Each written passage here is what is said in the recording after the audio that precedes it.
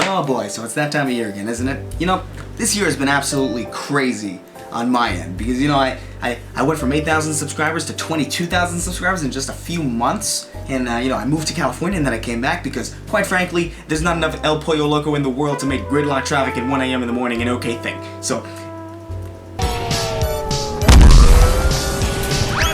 you know what? This should be a time of celebration, a time of peace, a time of togetherness. So you know what? Let's just not do any social justice warrior stuff today. Let's not talk about the regressive left. Let's not talk about anything political. Let's avoid all controvery and just enjoy some nice television. I have feelings, good, bad, and otherwise, about Star Wars, and I have a lot. I spent the whole day talking about the whole Darth Vader situation. Really? Oh. You could? Yeah, like the part where he was totally a black guy whose name basically was James Earl Jones, Right. and we were all, but while he was black, he was terrible and bad and awful and used to cut off white men's hands and didn't, you know, actually claim his son. But as soon as he claims his son and goes over to the good, he takes off his mask and he is white. Oh yes, I have many feelings about that, but I will try to put them over here. Why do Good people? luck with that. Yeah. Oh. Why do people love Star Wars so much? Oh boy. Yeah, no, that's, yeah, it's not gonna happen. I don't have the energy to talk about Melissa Harris Perry. Also, it's kind of been done to death. So let's move on to some holiday-themed regressive left happenings. Let's see, what do we got on the docket today? Oh, look, 10 perfect holiday gifts for the feminist in your life. All right, well, let's take a crack at this. 1, stop talking to us. Well, my best friend is a woman, and I'm pretty sure she's kind of a feminist, so I'm not sure I could do that one. Also, that's a pretty large percentage of the human race that I wouldn't be allowed to talk to, so no, you can go fall down a flight of stairs.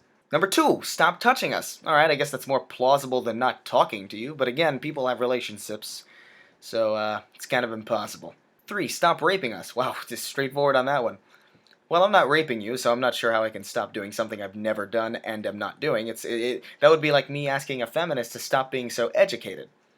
4, stop looking at us. Yeah, it's not gonna happen. Stop sitting next to us on the bus. Well, you're in luck, my friend, because I have a car, IDK, a bottle of whiskey.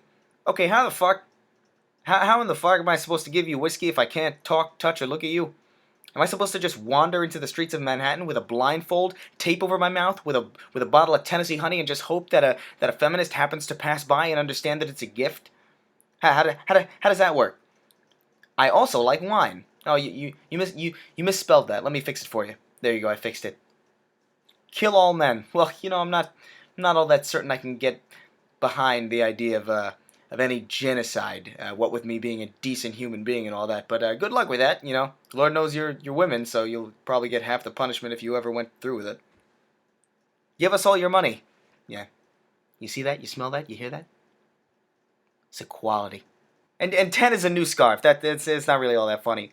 So here's the problem with things like this. It's not that I'm offended by it, because I'm not. I don't really care what some brain-dead feminist on the internet has to say about me or my sex. It really doesn't matter.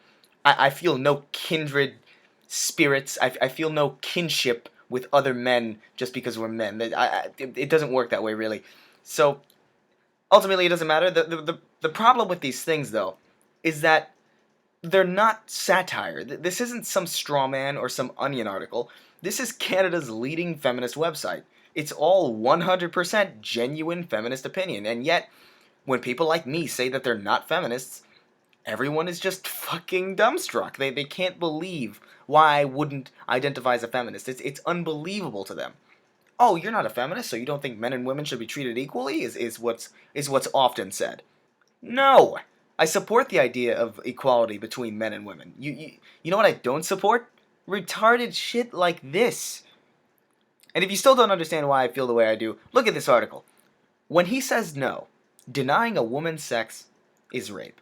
This is one of those articles where somehow just the simple act of reading it splits your wrists wide open. What isn't rape in 2015? If you have consensual sex and then later regret it, yeah, you've been raped.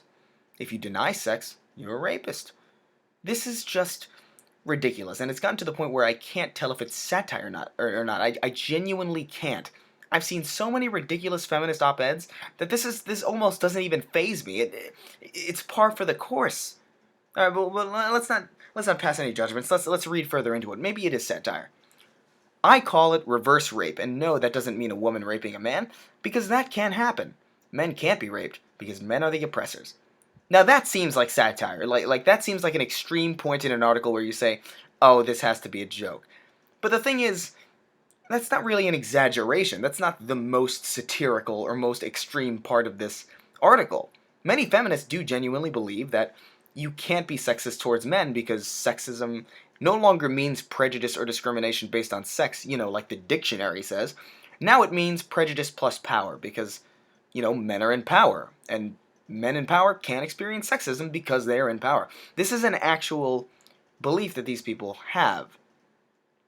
This isn't a joke, so men not being able to experience rape isn't all that far off from that mark. Same thing with racism. Prejudice plus power. Black people can't be racist, white people can't experience racism.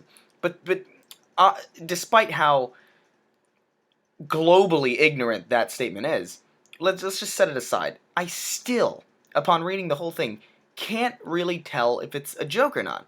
It very well might be. There's certain parts in it that just like, lol what, and stuff like that, but I can't quite tell.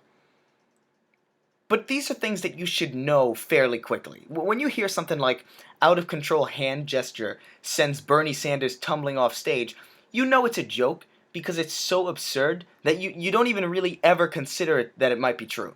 But this is standard feminist article 101. This is something that I would expect to see from a person, from a scholar who is a feminist. This is not insane to me.